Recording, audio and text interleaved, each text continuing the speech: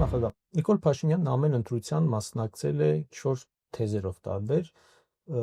սկզբում թալանի վերադարձ էր, արդարության հաստատում էր, տնտեսական հեղափոխություն էր, խաղաղության դարաշրջան էր։ Մենք տեսանք, որ այդ ոչ մեկ իրականում կյանքի չկոչվեց, տեղի չունեցավ։ Հիմա այս ընտրություններին էլի ըստ երևույթին մասնակցել են թալանի վերադարձ թեզով։ Ես խնդրում եմ ձեր գնահատականը, սրանք երբ որքանով է իրատեսական, հաշվի առնելով որքանով է իրատեսական կոռուպցիայի դեմ պայքարը ՔՊԻ տեսանկյունից, որտեղ մենք տեսնում ենք մշտական կոռուպցիոն դրսևորումներ, մենք տեսնում ենք անիվ, մենք տեսնում ենք քաղաքացիական պայմանագրի այսպես կոչված դրամահավաքներ եւ բազմամիլիոնանոց փոխանցումներ շատ կասկածելի, մենք տեսնում ենք կնոջ հիմնադրամը եւ այս պարագայում եկել թալանի մասին խոսակցություն ու այդ թեզով գնալ ընտրությունների։ Ես հիշեցնեմ հենց Նիկոլ Փաշինյանի թեզերը 18 թվականի։ Ինչ էր ասում։ Ասում էր մենք ունենք փայլուն ժողովուրդ, կիրթ, խելոք, փայլուն ժողովուրդ, ունենք փայլուն երկիր, բայց ժողովուրդ ջան, դուք վատ եք ապրում, որովհետև այս նախկինները, այս թալանչիները, այս սա բարիկները տանում են ձեզ փայ չեր անցնում, մենք այդ թալանացը կվերցնենք, կբերենք ձեզ կբաժակենք, բայց մենք ունենք փայլուն ժողովուրդ։ 7 տարի անց ինչ է ասում Նիկոլ Փաշինյանը։ Ասում դուք վատ եք ապրում, որովհետև դուք թամբալ եք, ծուլ եք, փնթի եք, վախկոտ եք, 13,000 դեզերտիր։ Սա է, չէ՞։ 18 թվականի թեզերը եւ հիմիկվա թեզերը։ Եվ կոպիտ ասած կրթելու, լվալու կարիք կա այս ժողովրդին եւ կնոջ հետ լծվել են այդ գործին։ Ինչ է հիմա սա ասում։ Որտեղ ժողովրդի կյանքը չլավացել, հակառակը վատացել է։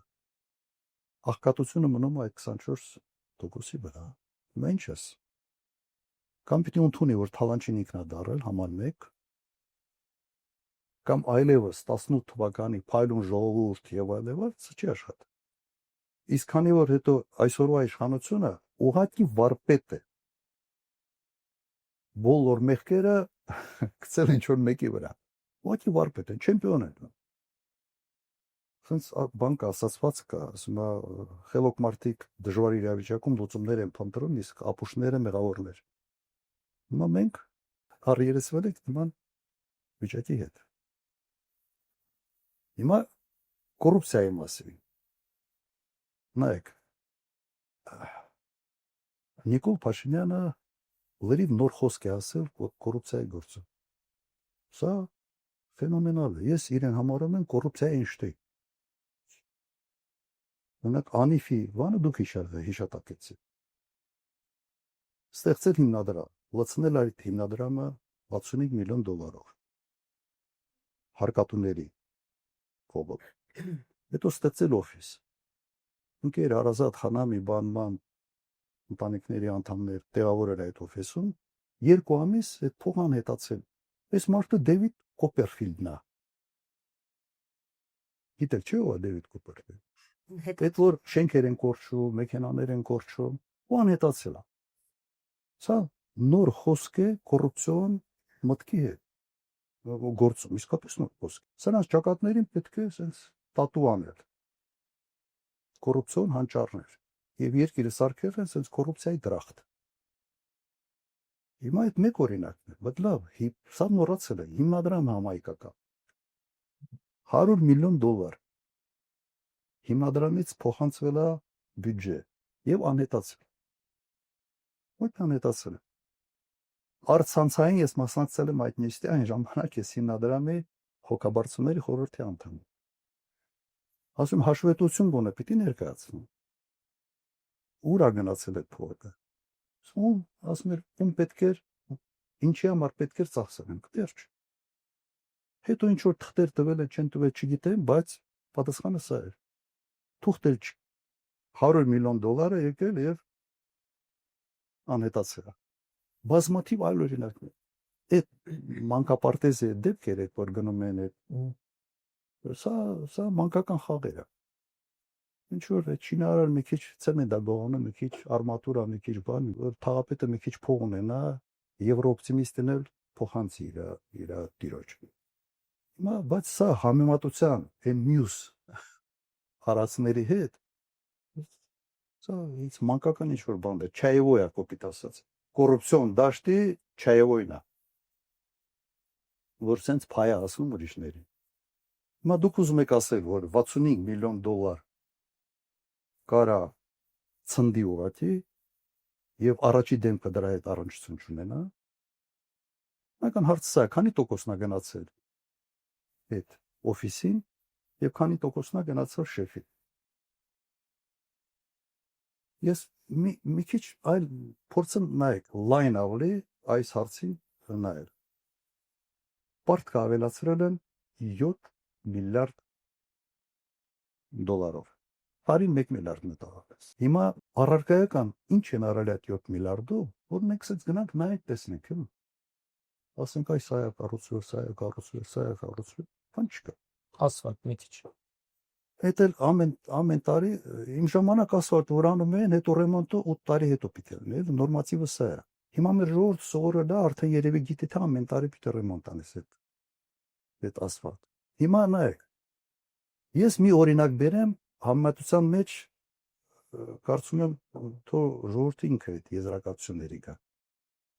Կրկորյանի Լինսի հիմնադրամով այստեղ ծախսվել է 230 միլիոն դոլար։ Դա 7 միլիարդից մոտ 30 անգամ քիչ է։ Մոտ 30 անգամ։ Հիմա Երևանում ամեն քալափոխի ես կարող եմ ցույց տալ, թե ինչ արվել 230 միլիոն դոլարով։ Օրինակ Երևանում թատրոններն են վերամրոքվել, Սաց օպերայի եւ ֆիլհարմոնիկ եւ մյուս թատրոններ, թանգարաններն են կապիտալ վերանորոգվել։ Մի այդ Սարալանջի ճանապարհ ամբողջությամբ նոր ճանապարհ, թունել է,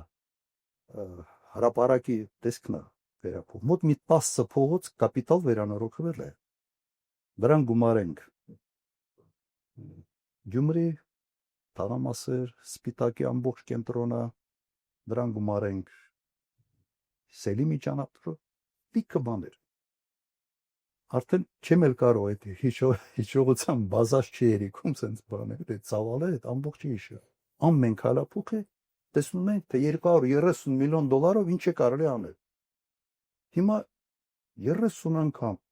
շատ փողով ինչ են արել։ Հարց չի առաջանում։ Սա այն որ ասում կոռուպցիոն մտքի թռիչք եղավ։ Ուրիշ ծավալների, ուրիշ դաշտի մեջ են մտել, սենց դիեզերական ինչ որ բաներ։ Սենց որ նայում ես, ասում ես ինչ է կատարվել, ես համոզված եմ, որ այդ 7 միլիարդից առնվազն 2 միլիարդը փոշիացել, ողջի կորել։ Առնվազն 2 միլիարդ։ Եվ իմ հետևությունը սա, ես հիմնավոր կասկած ունեմ, որ այսօր Նիկոլ Փաշինյանը Հայաստանի Հանրապետության ամենից հարուստ մարդ է։ Ես իրենից մի 10 անգամ, 15 անգամ չգիտեմ որտեղ եմ, նույնիսկ ասում եմ դաժե обидно։ Այսօր սա հիմա թող ուրիշ բան ապացուցեն, թող ցույց տանք ինչ են։ Եվ այս ամենը բացահայտվելու է 1 տարի հետո։ 2-ից 4 ամիս ժամանակ է պետք լինելու, որ շոու դառնա ուրիշ է։ Սա ժողովուրդը կարա պոպկորնով նայի եւ հիանա, ազնի եւ հեղափոխականների կոռուպցիոն մտքի թռիչքով էս արնել։ Սա փաստերն է։ Եվ վերլուծությունը եւ համեմատականները։ Երևանը փոքր քաղաք, այդպես մեծ չի, Հայաստանի համար մեծ է։ Դուք չեք լսել ինչ արժի շինթույլտվությունը։ Սա լսել։ Հիմա մի անձրևա գալիս քաղաքը բանա Վենեցիկն է դառնում։ Okay, սրա հետ։ Եվ հիմնականում այդ անիֆի այդ հարաշքը անողը հիմա Երևանում է հարաշկել գործ։ Ժողովուրդը okay է դա։ Ինչ ասել։ Անկամ կուսակցական կուսակցությանը արված դրամահավաքի շատ կասկածելի դեպքերով, որ քրեական գործեր էլ կարծես թե տեղից չշարժվեցին, չեղան, ասացին դատախազությունը աչք փակեց այդ ամենի վրա, այսինքն այդ կոռուպցիան արդեն կուսակցական մակարդակ կոռուպցիան համատարած դրսևորում։ Բայց հիմա ինչի են աշխուժացրել այդ թեման։ Իմ գույքի թեմա, չէ։ Սենց են նկարում, հետո ձախից աջ են նկարում, աջից ձախ են նկարում, դու վերևից ներքև, ներքևից վերև, բայց բովանդակությունը մնում է, հեքիաթային պատմություններ։ Հետո օդից են նկարում, դրոն են բարձրացնում, հետո ինչ որ ում հետ ինչ կապ ունեն, փորձում են իմանոնս, ինչ ուրիշի համար հաղորդում են պատրաստում, դատախազությունը մեկնաբանում է, ուրիշի մասին է, ուրիշի քրեական գործի մասին է, կեսի մասին է։ Որ կապ չունեմ այդ քրեական գործի հետ, նույնիսկ վկա չէ։ Մասա Գույքի մասով տեսեք ինչ են ասում իշխանությունները, քարոզչական իրենց նարատիվը որն է, ասում են այս մարդիկ այսքան գույք ունեն, ցակումը անհայտ է, ու ամենայն հավանականությամբ թալանել են, իրանք այդպես են, հա, ակնարկում։ Եվ ասում են, սիրելի ժողովուրդ, այդ որ լսում եք Ռոբերտ Քոչարյանին, լսում եք Լևոնին, Հայաստան Դաշինքին, դուք մի կարծեք, որ իրենք ձեր խնդիրներով են մտահոգ, այդ մարդիկ իրենց գույքի մասին են մտածում, հա, այդ գույքն են, մենք ուզում ենք այդ գույքը վերադարձնենք ձեզ, իրենք այդ գույքը պաշտպանում են։ Եվ այս կոնտեքստում առաջին հարցը սա է, թե ձեր քաղաքական գործունեության վրա որքան ազդեցություն ունի ձեր գույքի վերաբերյալ այս գործերը, որոնք կարվել են, եւ երկրորդը արդյոք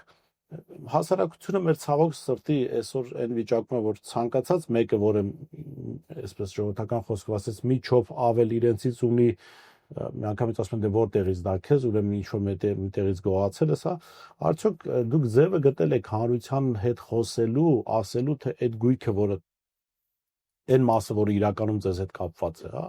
դրա ցակման աղբյուրը։ Չեմ ասում դատախազությունը միանշանակ ինչ էլ ներկայացնեք, իրենք իրենց նարատիվ ունեն, իրենց հեքիաթին են աղբյուր, բայց ժողովրդի հետ խոսելու համար որտեղից այդ գույքը։ Թույլ կտաք ես մի հավելում անեմ հենց այս հարցին, որ առանցին հարց չտամ եւ հետեւում եք արդյոք Նիկոլ Փաշինյանի այդ հատիկ առ հատիկ կոպեկարպոպեկ օպերացիային, որ ինքը ստատուսների շարք է սկսել ու ինչ մասով են դրանք վերաբերում ձեզ։ Ստե նաև կա մի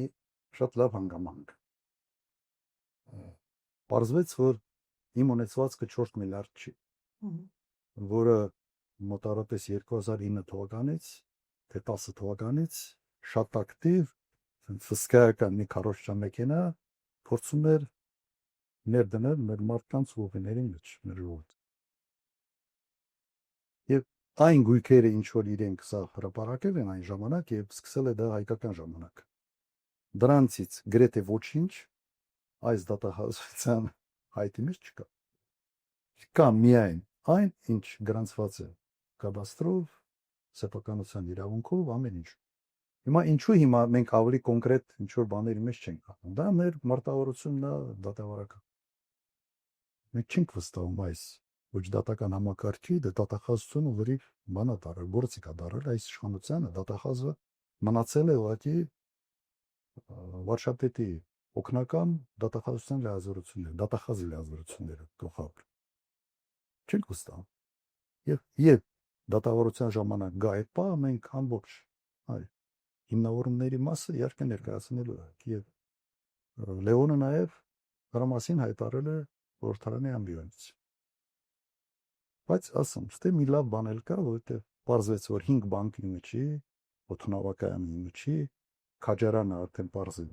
Ուններ պատկանում սպայկայի հետ ընդհանրապես կապ չունեն, բայց շատ էր տարածված։ Հիմա մենք բան չենք անում, գիտեք, ոնց է, օրինակ մենք 1-2 անգամ հայտարարում ենք, հետո ասում ենք, դե 100 անգամ նույն բանը չենք ասել։ Ո հասկացել, ով չի հասկացել, չի հասկանալ։ Իմ վերաբերմունքս նաև ստեղ ես համարում եմ շատ թերի։ Մենք հենց 2010 թվականից պետք է շատ ավելի լուրջ այս հարցերի վրա ուշադրություն դարձնենք։ Չէինք դարձել։ Ես բանի տեղ չէի։ Այն ժամանակ հետո ուրիշ տեղ էի աշխատում, մի քիչ sense ներքաղաքականով այդքան չէի հետաքրքրվում, ասում եմ, ինչ ուզում են գրեն, բանի տեղ չէի։ Մի 2-3 անգամ դատի ենք տվել, դատերը շահել ենք, բայց Մեկը դու դատա շահունես, հետո ամբողջ վարատվա մեքենան էլի քո դեմ սկսում աշխատել։ Ես այդ հնարավորությունը այն ժամանակ չունեի համարժեք պատասխանելու։ Նաև այդ զահլան կոպիտ ասած չունեի դրա մեջ ոնց մախրճուլել։ Ասում ես ինչ որ ինձ օրակարգ են թելադրում, իմ ժամանակը ավելի թանկ է ինձ համար, քան ես գնամ իմ ժամանակը ծախսեմ այդ արդարացումների վրա։ Հիմա քաղաքականության մեջ է ստիպված անում ես։ Եթե ես քաղաքականության մեջ չլինեի, միգուցե էլի նույն ձևի կասեի ինչ ուզում եք։ Եվ միջալուց մենք այդ թեմայի այդ գույքի հետ կապված Սամարկand դատարանի որոշումը։ Այն ժամանակ մեզ մեղադրում էին, չէ՞, մեր ֆրակցիան, բա դիմեցիք սահմանադրական, փորձ ունեք, թողնված է եւ այլն։ Նույնը եղավ մարտի 1-ի գործը։ Մենք ասում ենք հակասահմանադրական է, մի արեք, երկու դատախազ կոկորտները այնց ճողում էին, ապացուցելու համար, որ այդպես չի։ Միջև մեծ պալատը Եվրոդատարանի իր խորհրդատվական կարծիքով չասեց, որ սա ուրիշ չէ։ Հիմա նույնը այստեղ։ Ըստ էության մեր խորհրդարանական մեր падգամավորները այդ հայցով Սամարկand դատարան կանխել են հետագայում լրջագույն խնդիրներ։ Մասամբ են կանխել, ամբողջությամբ չի։ Դատարանը այդ բարձրունքի չհայտնվեց, որ ամբողջությամբ այդ որոշումները կայացնեն։ Թե չէ ասում, բազմաթիվ գործեր պետք է գնային Եվրոդատարան, Եվրոդատարանն պետք է բեկանվեի, տուգանվեր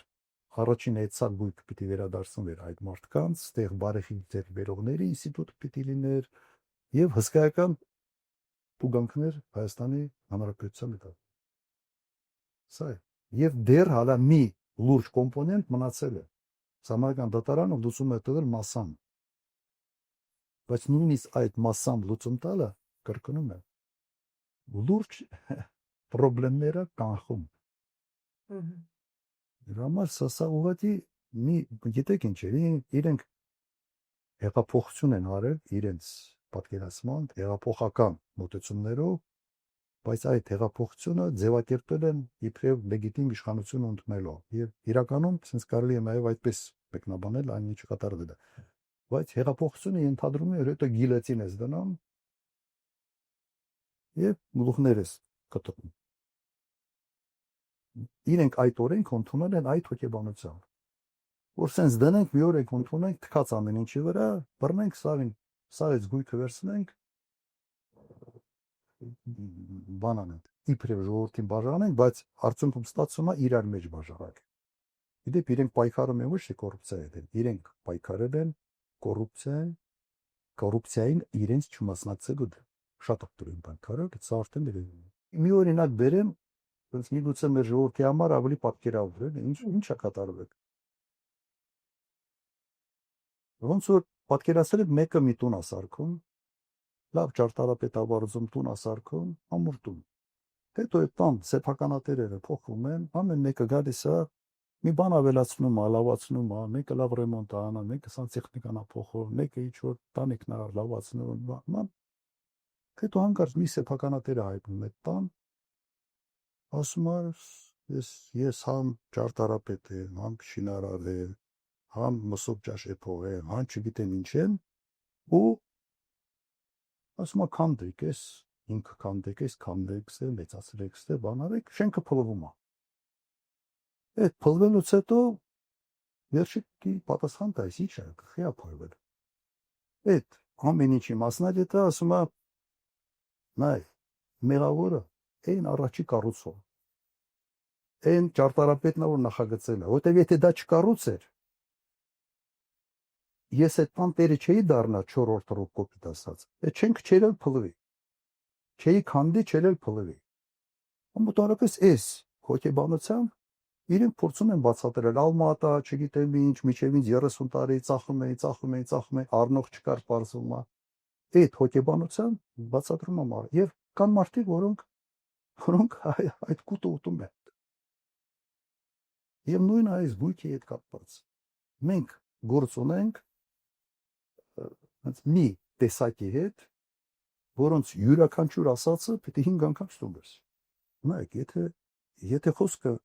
գույքը լիներ, ամենից կարճ ճանապարհը գույքի մասին մտածելու պայմանավորող է։ Այս պայքարի մեջ չմտնելու։ Հիմա դու բարձ չի որ դու մտնում ես պայքարի մեջ, ես 18 թվից եմ մտել պայքարի մեջ, Եթե մտնում ես պայքարի մեջ, ուրեմն դու պետք է ակնկալես հարվածիր։ Դուք կարծում եք, եթե ես ցանկություն ունենայի պայմանավորվելու եւ մի քանի հայտնի օրինակի պես չի կարա պայմանվել, երբ պայմանվել։ Բայց ուղղակի գնահատել եմ վտանգը հայրենիքի նկատմամբ եւ միջավայր դա գրքում եմ նաեւ գրել 18 թիվ։ Հիմա սրա Գույքի հետ կապված, տեսեք, բանալի նախադասությունը միտքը, որ միշտ շրջանառվում է իշխանության եւ որը մատուցում է հանրությանը, այն է. ինչպես է ստացվել, որ նախագահան եւ իր ընտանիքը այսքան գույքի են տիրապետում։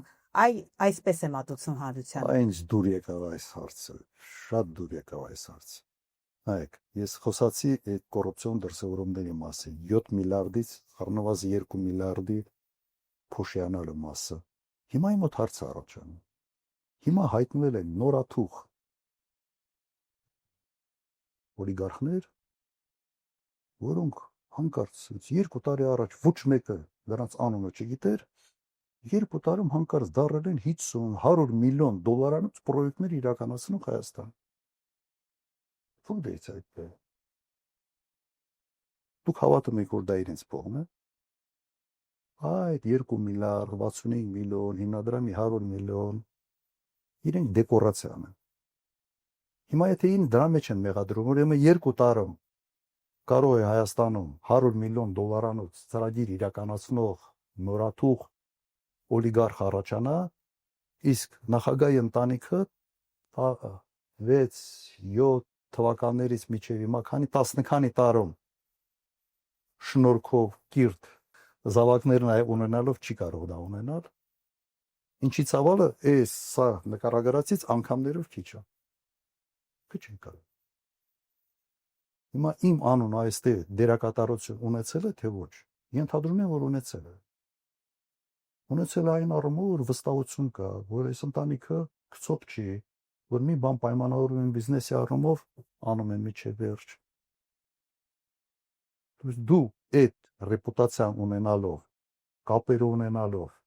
որտեղ հիմնական մենք ինչ ունենք, հիմնական մասը դա նախագահությունից հետո է։ Իմ կապերը ազդեցություն ունեցել են դրսի հետ, այո ունեցել են։ Երբ ես ինքս մի կազմակերպության մեջ եմ աշխատել, ներգրաված, որ շատ լուրջ փող եմ աշխատել, շատ լուրջ։ Եվ այդ աշխատած փողի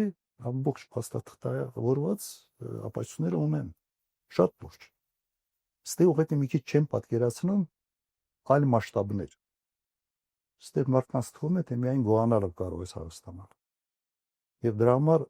այս վիճակում ենք։